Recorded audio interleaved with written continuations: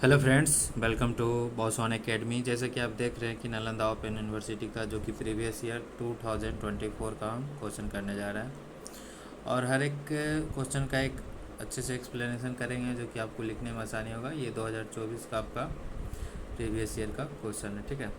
Already हमने 3 question previous year के कर सके हैं, 3 paper physical, inorganic and organic कर चुके हैं।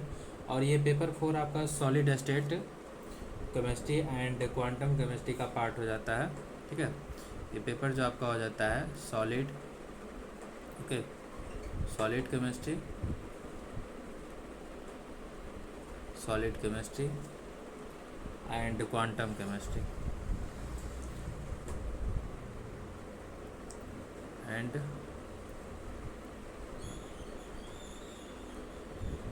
क्वांटम केमिस्ट्री का ये पार्ट हो जाता है जो कि ये पेपर 4 में है, ठीक है। पेपर 3 तक आपका ऑलरेडी हो गया, प्ले लिस्ट बना हुआ है, वहाँ से आप जाकर देख सकते हैं। और चैनल को जो सब्सक्राइब नहीं किए चैनल को सब्सक्राइब कर लें, जो कि आपको हर एक अपडेट मिलते रहे नालंदा ओपन यूनिवर्सिटी का, हर एक क्वेश्चन का और असाइनमेंट ऑलरेडी भी बता चुके हैं।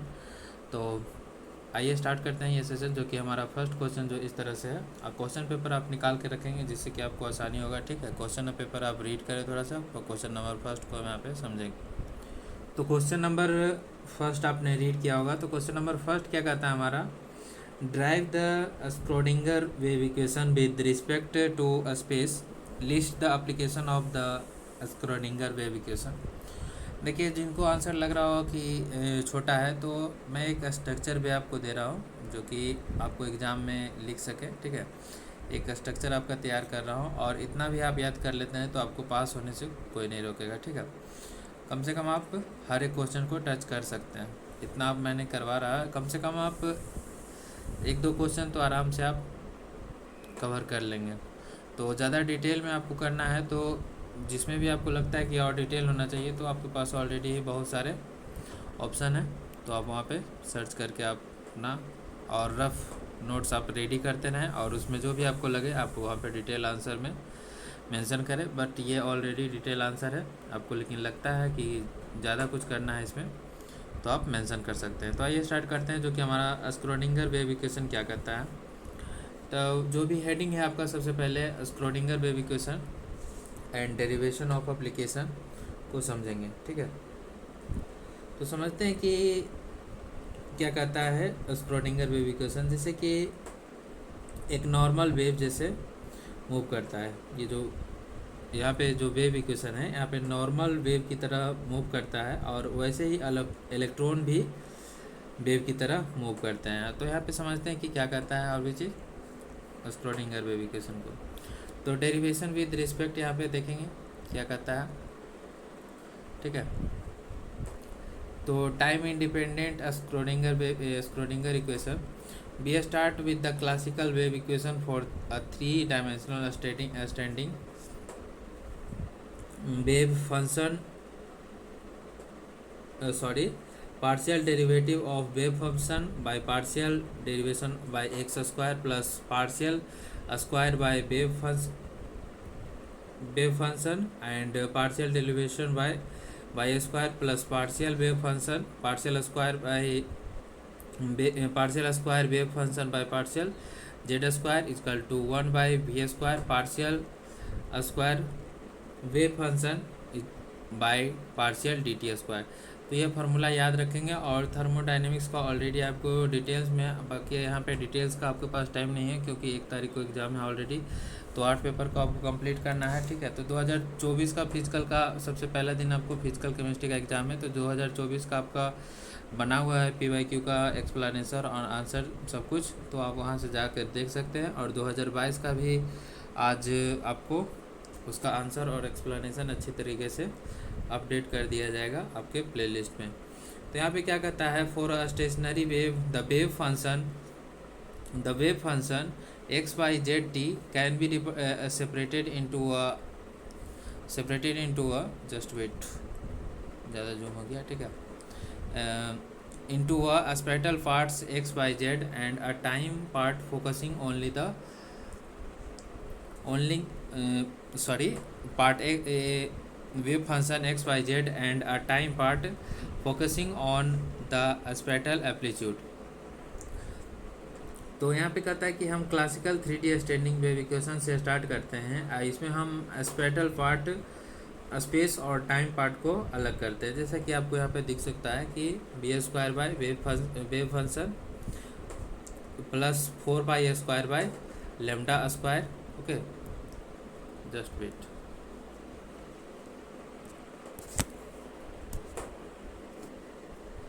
तो v² wave function plus 4π² by lambda square wave function is equal to 0, ये आप याद रख लीजिएगा, ठीक है।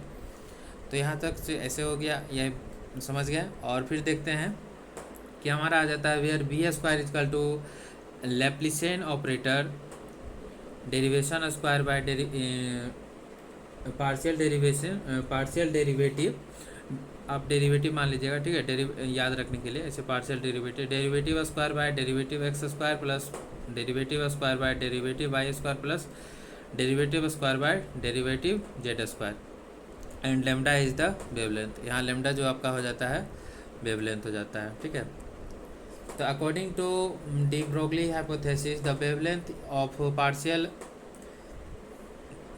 related to the momentum p is equal to mv and lambda is equal to h by mv, ठीक है। Substituting into this into the spiral wave equation, v² is equal to v² wave function plus 4π² m² v² by h² wave function is equal to 0, इसे आप याद रखेंगे। Now move to the next page। तो हमारा क्या कहता है, the total energy E, total energy is represented by E if the system is the sum of kinetic energy k and potential energy v, E is equal to k plus v is equal to 1 by 2 mv² plus v, mv² is equal to 2e minus v, and m² v² is equal to 2m into e minus v, and substitute m² by m² v² back into the wave equation, v² wave function plus 8π² m by h² e minus v into wave function is equal to 0, and this is the time independent Schrödinger wave function, ठीक है। Application of the Schrodinger wave, तो यहाँ पे थोड़ा सा एक आया था आपका डी ब्रोगली का, जो कि इक्वेशन आता है। तो डी ब्रोगली कहते हैं कि जो लेमडा है आपका वेवलेंथ को रिप्रेजेंट करता है लेमडा, ठीक है, मोमेंट पर डिपेंड करती है, जिसे हम वेव इक्वेशन में डालते हैं, ठीक है। तो अब हमारा जाता है the time, this is the time independent Schrödinger wave equation. तो स्क्रोडिंगर वेव इक्वेशन हमारा क्या कहता है, the application of the Schrodinger wave equation partial in 1D and 3D box. ये पॉइंट है, आपको याद नहीं होगा तो कम से कम इतना पॉइंट आप जरूर मेंशन करेंगे। First, second, third and fourth 5 point है आपका। partial in 1D 3D box, and second one is a hydrogen atom, and third one is a harmonic oscillation, and fourth one is a rigid rotor, and fifth one is a quantum tunneling। तो इसे समझते हैं कि partial in 1D and 3D क्या करता है, helps in understanding transitional energy quantization and conjugated polyene electronic spectra, and second one is a hydrogen atom solve for the quantum numbers n, l, m,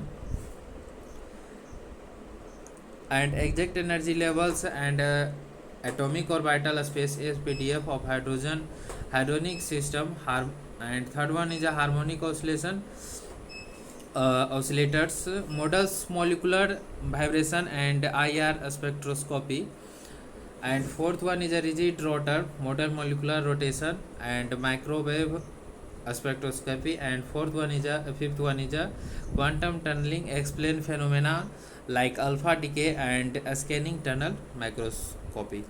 तो आपको इतना याद नहीं होगा तो कम से कम ये 5 पॉइंट को आप दर्शा दीजिएगा, जो भी आपको सिंपल वे में कि हाइड्रोजनिक एटम में SPDF ऑफ हाइड्रोजन सिस्टम होता है, ऐसे करके आप लिख दीजिएगा, याद रहे तो।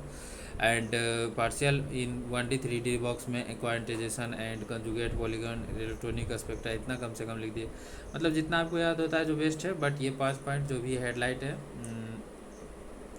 हाईलाइटेड है, जो कि 5 पॉइंट, उसे आप मेंशन करेंगे। Now second point is the term and microstates. तो क्वेश्चन हमारा क्या कहता है, टर्म एंड माइक्रोस्टेट से आप क्वेश्चन देखेंगे। Determine the term symbols and number of microstate following configuration, जिसमें हम D8 system, D9 and P2 system and D7 system को समझेंगे। The term symbol and micro states क्या हो जाता है यहाँ पे समझते हैं, ठीक है।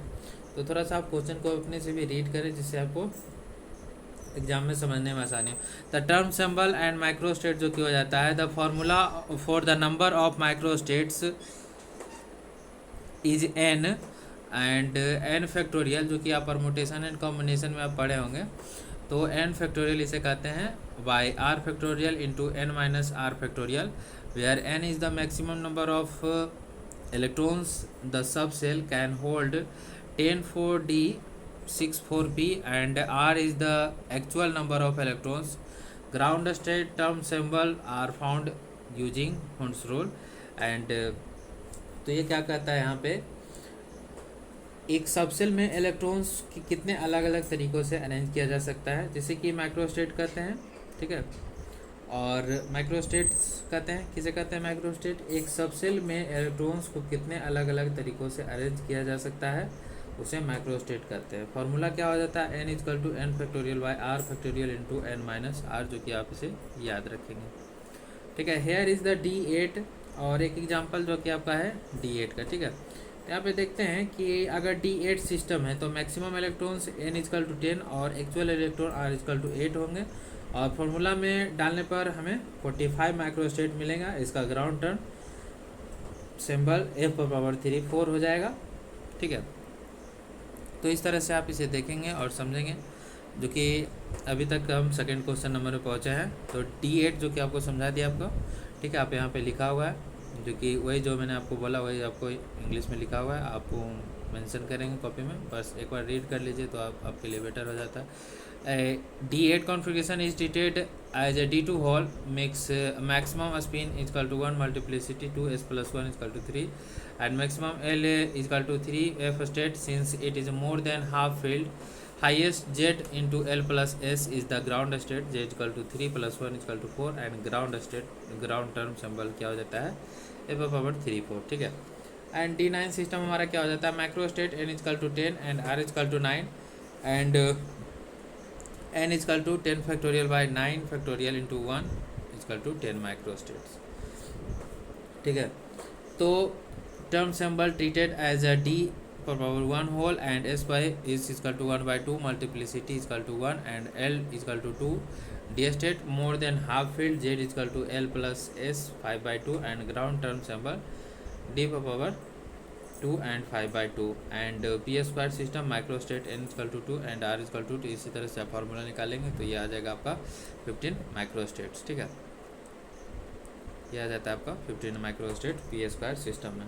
तो इस तरह से D8, D9 और P2 सिस्टम को हमने यहाँ पे समझा। और आप D7 में भी उसी तरह से है, आप फार्मूला आपको याद रखना है 10 फैक्टोरियल 10 इंटू 9 8 ये सब को आता है। तो इस तरह से आप फार्मूला को इतना डिटेल में हम समझेंगे तो ज़्यादा टाइम लग जाएगा। तो ये term symbol treated D3 whole S⁴ ऐसे करके आप अपना निकाल सकते हैं। और perfect and imperfect crystal and cohesive energy को यहाँ पे आप समझते हैं, जो कि क्वेश्चन नंबर 3 जो कि कहता है butter perfect and imperfect crystal right notes on cohesive energy, ठीक है। तो यहाँ पे देखते हैं थर्ड नंबर क्वेश्चन क्या कहता है, perfect and imperfect crystal and cohesive energy. सबसे पहले आपका आ जाता है परफेक्ट क्रिस्टल। तो परफेक्ट क्रिस्टल क्या हो जाता है, a perfect crystal is a idealised solid in which all atoms, ions और molecules are arranged in a perfectly regular repeating geometric pattern, lattice extending infinitely in all directions. There are absolutely no defects according to the third law of thermodynamics. A perfect crystal can only exist at absolute zero. तो ये एक ऐसी ball है जहाँ पर atom एकदम perfect geometric pattern में होता है, ठीक है। क्या होता है यहाँ पे जो एटम होता है वो क्या होता है, परफेक्ट ज्योमेट्रिक पैटर्न में होता है, ठीक है। क्या होता है, परफेक्ट ज्योमेट्रिक पैटर्न में होता है और अपनी जगह पर है। और ऐसा क्रिस्टल सिर्फ एब्सोल्यूट ज़ीरो पर ही मिल सकता है, ओके। ये हमारा परफेक्ट क्रिस्टल हमको बतलाता है। तो परफेक्ट क्रिस्टल हो गया। अब हम देखते हैं इम्परफेक्ट क्रिस्टल क्या होता है। तो imperfect crystal is In reality, at any temperature above 0 Kelvin, crystal possess entropy and therefore contains defects on irregularities in their lattice structure. These are imperfect crystal. Defects can first point defects, second line defect and third plane defects. तो imperfect crystal में क्या हो जाता है कि real life में जब temperature बढ़ता है तो क्रिस्टल में डिफेक्ट्स आ जाता है, जैसे कोई एटम अपनी जगह से गायब हो गया है। तो ये हमारा इम्परफेक्ट क्रिस्टल बताता है और इसके 3 पॉइंट है जो आप इसे ध्यान में रखेंगे, point defect, line defect and plane defect. तो पॉइंट डिफेक्ट में हो जाता है vacancies, missing atoms, interstitial defect, extra atoms and Frenkel and Schottky defect. Line defect, dislocations, edge and screw and plane defect, grain boundaries. ठीक है, इसीलिए कहते हैं कि असाइनमेंट बनाएं। असाइनमेंट का भी देखिए एक दो कुछ लिंकेज रहता है जो कि आपका प्रीवियस ईयर से मैच करता है, जो कि आपको असाइनमेंट जो मैंने बताया है उसका भी यहाँ पे लिंक हो रहा है, जो कि आपको फ्रैंकल डिफेक्ट बताया था, स्कॉटी डिफेक्ट वहाँ पे बताए थे। ठीक है, तो आपका पेपर 4 का ऑलरेडी असाइनमेंट का जो कि पेपर 4 और 6 हमने कराया है वहाँ पे आपका हो गया है। तो वीडियो आप जो भी है आप ध्यान से सुने और समझें, जो कि आपका सब कुछ कराया जा रहा है। ठीक है, तो अब यहाँ पे देखते हैं कोहेसिव एनर्जी क्या होता है। Cohesive energy is defined as the total energy required to break down a crystal completely into isolated free atoms or ion. In the gaseous state at absolute zero, it is measure of a strength of the focus binding the atoms ion together in the solid state. तो cohesive energy हमारा क्या कहता है कि एक solid crystal को तोड़कर उसके एटम्स को अलग अलग गैस फॉर्म में बदलने के लिए जो एनर्जी लगती है उसे कोहेसिव एनर्जी कहते हैं। एनर्जी जितना ज़्यादा होगा क्रिस्टल उतना ही स्ट्रॉन्ग और हार्ड होगा। ठीक है, now it's clear. Then cohesive energy में जो कि आपका ये 2 पॉइंट हो जाता है उसे आप ध्यान में रखेंगे। फॉर आयनिक क्रिस्टल में क्या हो जाता है, it is closely related to the lattice energy and calculated by the Born-Haber cycle and Born-Land equation. And second point is higher cohesive energy means a higher melting point and harder crystal. Okay, तो इस तरह से ये 3rd number question आपका clear हो जाता है। तो आप 4 नंबर क्वेश्चन को आप रीड कर। तो 4th नंबर हमारा क्वेश्चन क्या कहता है, explain the power method of crystal structure analysis. ठीक है, तो यहाँ पे देखते हैं कि हमारा क्या कहता है, explain the powder method of crystal structure analysis. ठीक है, powder method of crystal structure analysis को हम समझेंगे यहाँ पे क्या कहता है, इसे अच्छे से देखते हैं। तो ये आपका आ जाता है powder method of crystal structure analysis, question number 4। तो यहाँ पे देखते हैं कि the Debye Scherrer powder method is used to determine the structure of microstalline or powered solid samples where a single large crystal cannot be obtained. And principle इसका क्या कहता है, powder method of crystal structure analysis का, और ये कैसे काम करता है ये सब यहाँ पे हम देखेंगे। ठीक है, तो सबसे पहले कि आपको बताते हैं कि ये प्रिंसिपल क्या हो जाता है। Instant of single crystal finally powdered sample is used.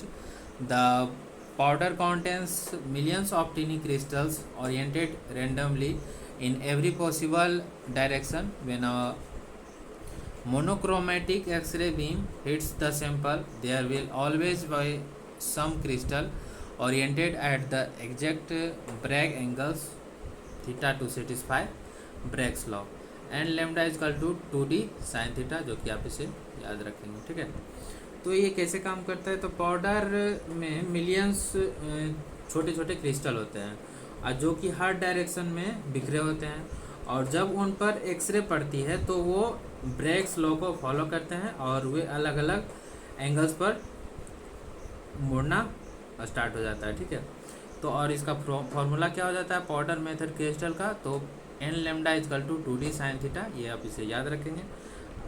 ठीक है, अब इसे थोड़ा सा मैकेनिज्म इसका देखते हैं, मैकेनिज्म क्या कहता है।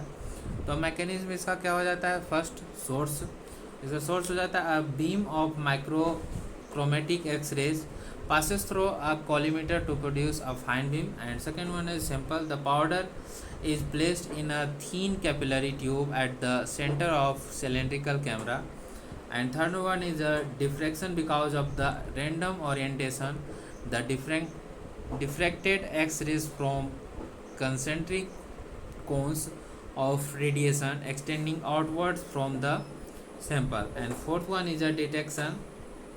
A strip of photographic film is warped around the inside of the cylindrical camera. The cones of diffracted X-rays intersected the film, creating a pattern of curved lines. And fifth one is a analysis. The distance between symmetric arcs on the film is measured to calculate the angle 2 theta from theta. The interplanar spacing d is calculated, allowing the determination of unit cell dimension. ठीक है, तो ये सब इसका mechanism हो गया। ये आप 5 पॉइंट है, आप याद रखें और मेंशन करेंगे। ठीक है, अब ये हमारा आ जाता है 5 नंबर। बहुत ही सिंपल में आपको, बहुत ही शॉर्ट में आपको स्ट्रक्चर एक दे रहे हैं कि आपको एग्ज़ाम में लिखने में कोई भी दिक्कत नहीं होगा। और टाइम कम है तो एक फास्ट यहाँ पे चल रहा है थोड़ा सा, तो आप घबराए नहीं और आप इतना भी कर लेंगे तो आपका हो जाएगा। तो 5th नंबर हमारा क्या कहता है, क्वेश्चन नंबर आप रीड करेंगे, थोड़ा अपने पास ज़रूर क्वेश्चन रखें, रफ करते रहें, नोट्स बनाते रहें अपना। एंड 5th क्वेश्चन हमारा कहता है कि state Hermitian operator, discuss it's 2 important properties and explain it. ठीक है, तो हर्मिटियन ऑपरेटर एंड प्रॉपर्टीज हमारा क्या कहता है उसे हम यहाँ पे समझते हैं। तो सबसे पहले इसका डिफिनीसन देखते हैं। तो डिफिनीसन आपके स्क्रीन पे दिख रहा है, तो उसे थोड़ा सा आप रीड करेंगे। ठीक है, तो हर्मिटियन ऑपरेटर जो कि हो जाता है, in quantum mechanics physical observations like momentum, energy, position are represented by operators. For these operators to yield real measurable physical values, they must be Hermitian, and an operator A is Hermitian if it satisfies the following integral condition for any two well-behaved wave function and wave function I and wave function J, and integration wave I into a integration wave function j dt is equal to integration a wave function I into wave function j d j। इसे आप याद रख लीजिएगा, इसका formula जो कि Hamilton operator का definition, और ये फॉर्मूला आप याद रख लीजिएगा। एंड वेयर जो कि ये स्ट्रीट जो कि डिनोट करता है द कॉम्प्लेक्स कंजुगेट, एंड ये जो डिनोट करता है आपका जो स्टार्ट टाइप का किया हुआ है, ठीक है, इसे डिनोट करता है complex conjugate, and T is a volume element. इसका इम्पोर्टेंट देखते हैं, इम्पोर्टेंट ऑफ प्रॉपर्टीज। इसका 2 प्रॉपर्टीज है, 2 important properties. Real eigenvalues, the eigenvalues of Hermitian operator are always completely real number. This is crucial because physical observables like measuring 5 joules of energy cannot be imaginary number. And second is orthogonal ignifunction. The ignifunction corresponding to different non-degenerate ignivalues of Hermitian operator are orthogonal to each other. तो mathematical में यहाँ पे देख रहे हैं integration wave function 1 and wave function 2 dt equal to 0, and this ensure that distinct quantum are independent of one another.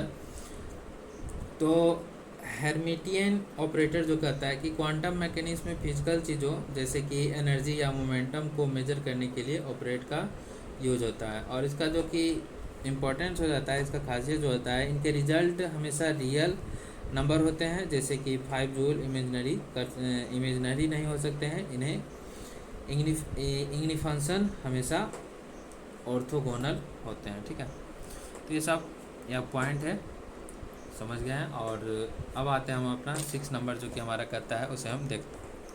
6 number हमारा कहता है calculate the average distance of the electron from the nucleus of hydrogen atom in 2s orbit configuration. Can electron exist at any distance from the nucleus? तो 6 number हम देखते हैं average distance of electron in 2s orbit and h atoms.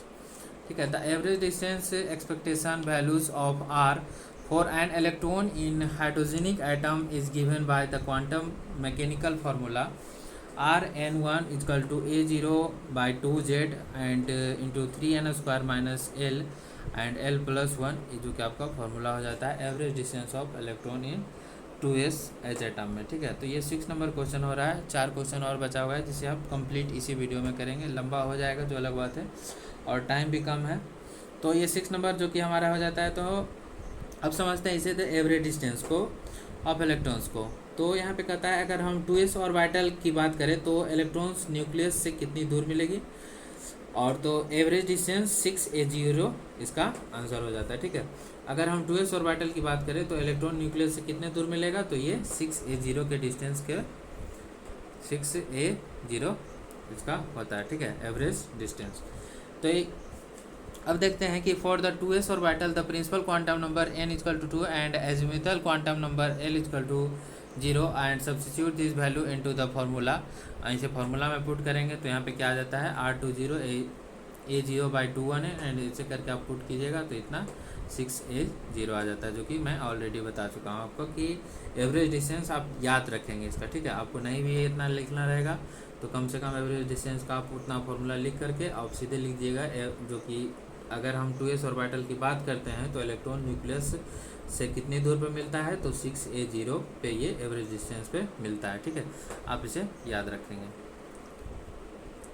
अब हमारा आता है कि where a0 equal to 0.29 angstrom Bohr radius, so the average distance is 6a0। ठीक है, can the electron exist at any distance from the nucleus, yes and no.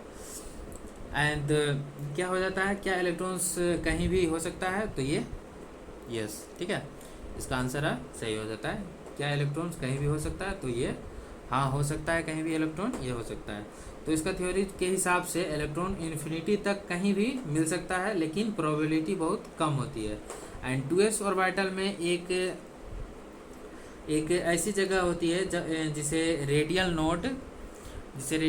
Node कहते हैं, वहाँ इलेक्ट्रॉन के मिलने की प्रोबेबिलिटी एग्जैक्टली 0 होता है।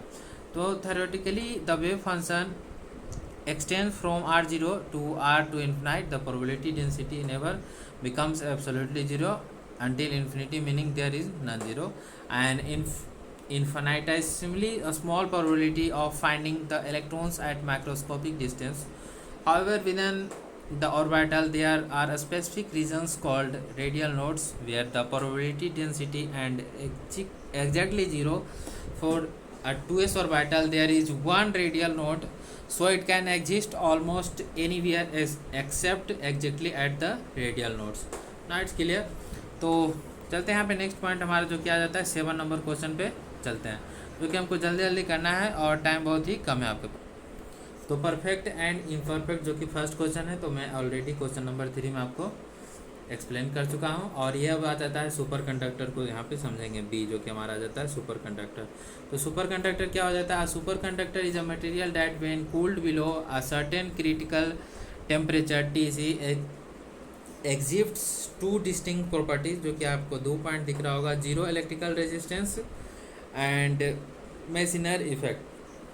तो 0 इलेक्ट्रिकल रेजिस्टेंस क्या कहता है, an electric current can flow and indefinitely through a superconductor without any energy loss, no joule heating. And second one is a Meissner effect, perfect diamagnetism, the material completely expel magnetic field lines from the interior as it transition into a superconducting states. तो 0 electrical resistance क्या हो जाता है कि एक खास critical temperature Tc पे जो कि होता है आपका, ठीक है, एक खास टेम्परेचर पे जो कि आपका क्रिटिकल टेम्परेचर जो कि हो जाता है उसका Tc के नीचे आने पर इनमें इलेक्ट्रिकल बिना किसी एनर्जी लॉस किए हमेशा फ्लो कर सकता है। ठीक है, और मेसिनर इफेक्ट में क्या हो जाता है, ये मटेरियल्स मैग्नेटिक फील्ड को पूरी तरह से अपने अंदर से बाहर निकाल देता है। ठीक है, material completely expels magnetic fields line from the interior as it transition into the super conducting states. Okay, simple में आपका लिखा हुआ है, आपको वैसे भी आपको बता दिया हूँ। तो 7 नंबर आपका देखिए, मैं स्ट्रक्चर आपका तैयार कर रहा हूँ कि आपको कॉपी में आप लिख सके, कुछ खाली ना बैठें। और जितना मैं बता रहा हूँ उतना में आप आराम से पास हो जाएगा। लेकिन आपको जो लगता है कि डिटेल में हमको और याद होना चाहिए, जिनके लिए जो कि चाहते हैं कि ज़्यादा स्कोर अच्छा से करें, क्योंकि टाइम कम है और हर एक पेपर को करना है, तो डिटेल में करेंगे तो ज़्यादा चला जाएगा और आप लोग देख भी नहीं पाइएगा और वर्डन हो जाएगा। तो इसलिए स्ट्रक्चर एक तैयार कर रहे हैं जिसमें कि हर कोई को फ़ायदा मिले, और जो अच्छे स्टूडेंट हैं वो तो कर ही लेते हैं, लेकिन जो कमज़ोर स्टूडेंट हैं, जो नहीं अभी तक कुछ स्टडी किए हैं, उनके लिए एक स्ट्रक्चर तैयार कर रहे हैं जो कि वहाँ पे खाली नहीं बैठेंगे और जैसे भी अपना वो आंसर कुछ ना कुछ ज़रूर लिख के आएंगे। ठीक है, ऐसा मैं उम्मीद करता हूँ और मैं कोशिश कर रहा हूँ कि आपको अच्छे से अच्छे समझा सकूँ। ठीक है, तो इसी तरह से हम अपना क्वेश्चन नंबर 8 को चलते हैं। और अपने हमेशा मैं बोलता हूँ कि आप एक रफ़ नोट्स ज़रूर बनाएं। पीडीएफ तो मैं आपको दे दूंगा, लेकिन पीडीएफ से ज़्यादा आपको बेनिफिट मिलेंगे नहीं। आप अपना नोट्स बनाएंगे, रफ़ नोट्स करेंगे तो आप एग्ज़ाम में आपके लिए बेनिफिट होगा। ठीक है, तो क्वेश्चन नंबर 8 को आप रीड करेंगे। आप लोग तो रीड कीजिएगा कि नहीं वो तो मुझे पता नहीं, पर आपको मैं रीड करके बताता हूँ। Discuss the postulates of quantum mechanics. ठीक है, यहाँ पे हम देखेंगे कि पोस्टुलेट्स ऑफ क्वांटम मैकेनिक्स क्या करता है। Now here first a state function. The state function of quantum mechanical system is completely described bye a well behaved wave function x, y, z and t.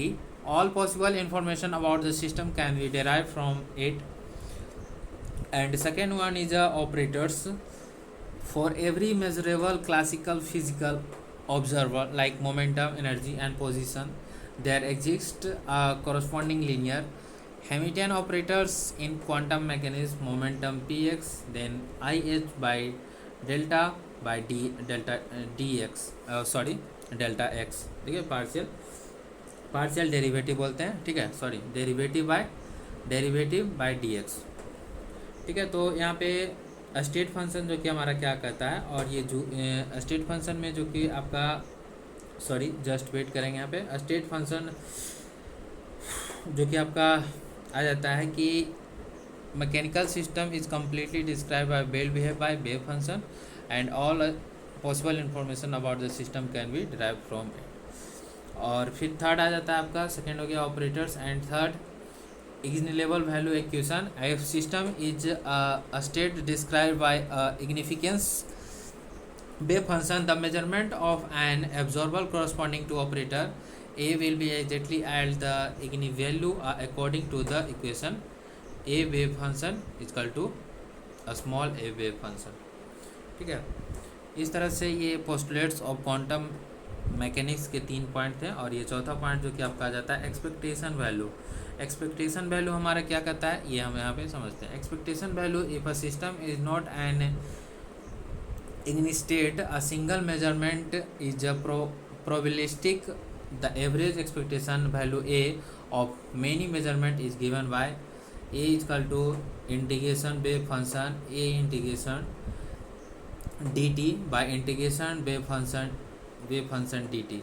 ये formula आ जाता है expectation value का, जो कि आप याद रखिएगा। ठीक है, and fifth one is the time evolution. The time evolution of the state function is given by the time dependent Schrödinger equation. तो ये आ जाता है आपका टाइम एवोल्यूशन का इक्वेशन, जो कि आप इसे ध्यान में रखेंगे। H wave function is equal to I H and partial derivative of wave function by partial derivative of T.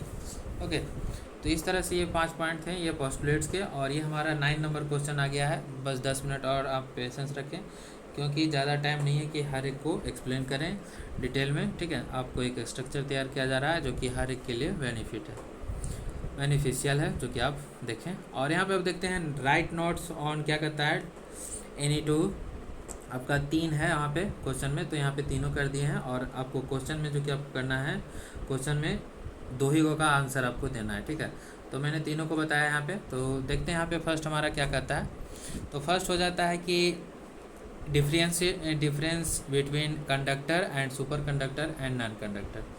तो यहाँ पे रीड करेंगे आप थोड़ा सा कि क्या कहता है हमारा super conductor difference between conductor, super conductor and non conductor. तो ये आ जाता है हमारा super conductor has overlapping valence and conduction bands Electrons flow freely at room temperature, but resistance increase as temperature rises due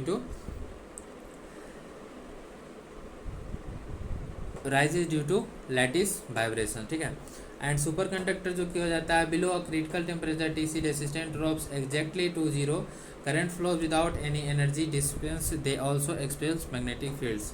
and non conductor जो कि हो जाता है इंसुलेटर के रूप में has a large band gap greater than 3 electron volt between the valence and conduction bands. Thermal energy at a room temperature is insufficient to promote electrons, hence electrical conductivity is partially zero, ठीक है। तो इस तरह से ये हमारा आ जाता है difference between conductor, super conductor and non conductor. And जो कि बी हमारा आ जाता है एंगुलर मोमेंटम। तो इसको आप डिटेल में आप अपना सर्च करके लिख लीजिएगा। बस ये स्ट्रक्चर मैंने तैयार कर दिया कैसे करके आपको लिखना है, और बाकी आप डिटेल में आप सर्च करके अपना ऐड ऑन कर सकते हैं। बट इतना जो भी है आपको स्टार्ट मिल जाएगा, तो आप अपना समझ सकते हैं कि कैसे आपको लिखना है, वो मैं आपको बता रहा हूँ, ठीक है। तो इस तरह से हम यहाँ पे देखते हैं कि just wait, angular momentum operators. Angular momentum operators in a classical mechanics angular momentum L is equal to R into P. Quantum mechanics we substitute the position and momentum operators.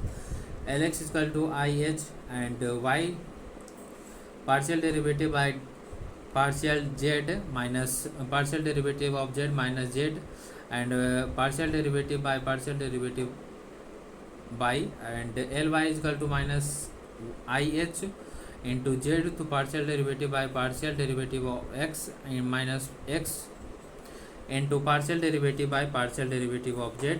इस तरह से आप यहाँ पे रीड करें और समझें, जो कि आपको ये आप याद रख लीजिएगा। एंगुलर मोमेंटम ऑपरेटर्स में ये तीन को याद रख लीजिएगा, इतना याद रख लीजिएगा। बाकी आपको डिटेल में करना है तो आप अपना सर्च कर लीजिएगा, ऑलरेडी आपको बहुत कुछ अवेलेबल है, ठीक है। तो here is a zero point energy. तो जीरो पॉइंट एनर्जी को क्या कहते हैं? तो zero point energy is the lowest possible energy that quantum mechanical system can possess, unlike classical system which can be absolute rest with zero energy at zero kelvin. A quantum system always retain some residual energy. Example जो कि हो जाता है quantum harmonic oscillator, the lowest energy level v is equal to zero equal to E zero equal to 1/2h mu.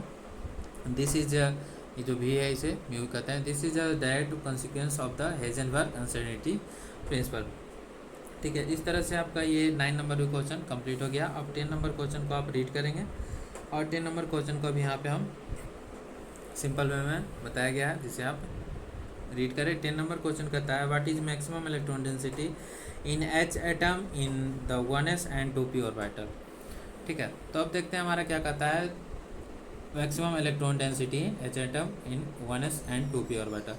To find the maximum electron density, we look at a radial probability distribution function. R is equal to 4 pi r square r into r square. The maximum electron density occurs where this function reaches its peak the most probable radius rmp, and first point is for the first orbital. The radial function is equal to r1s infinity to e power minus r a by 0, therefore p r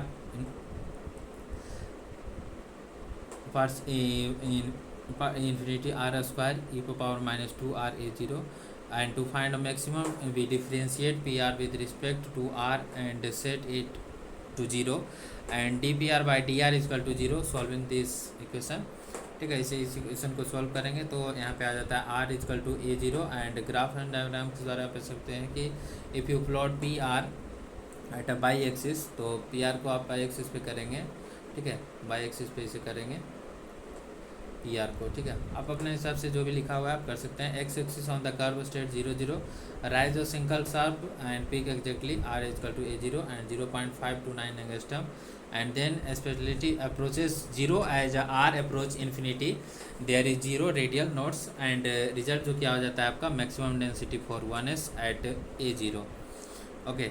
and फिर आपका आ जाता है कि for the 2p orbital में क्या आ जाता है, the radial function is equal to r2p infinite r e per power minus r by 2 a0, therefore pr infinity r power square r e minus r 2 a0 per power 2 equal to r⁴ into ऐसे करके आप differentiate फिर करेंगे, differentiate with respect to r and equating to 0। Okay, तो इस तरह से ये क्वेश्चन नंबर 10 हुआ। और 10 नंबर का ये जो आपका पूरा इक्वेशन है आप इसे समझेंगे और अपने से आप ग्राफ बना करके एक एक्स एक्सिस और वाई एक्सिस पे जैसे सब कुछ लिखा हुआ है आप रिप्रेजेंट कर देंगे तो ज़्यादा अच्छा बेटर रहेगा।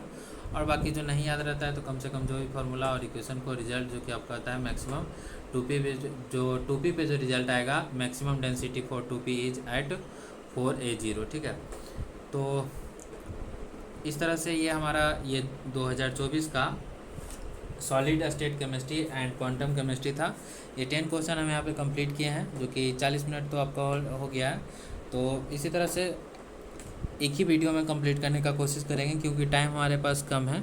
और जिन्हें भी कुछ प्रॉब्लम हो और हमसे कहीं पे कुछ गलती हुआ होगा तो आप सजेस्ट करें, कमेंट करें, मैं उसे सुधारने का कोशिश करूँगा। और आपके पास जो भी NOU के ग्रुप के स्टूडेंट हैं आप चैनल को सब्सक्राइब कर लीजिएगा और वीडियो को ज़्यादा से ज़्यादा शेयर करें। और आपके पास असाइनमेंट का भी मैंने आपको पेपर 4 एंड पेपर 6 का जो कि आंसर आपको अपडेट कर दिया है और आपका PDF भी आपको मिल जाएगा। तो उम्मीद करता हूँ कि वीडियो अच्छा लगा हो। तो वीडियो अच्छा लगा है तो लाइक करें, शेयर करें एंड सब्सक्राइब करें। Thank you, have a nice day.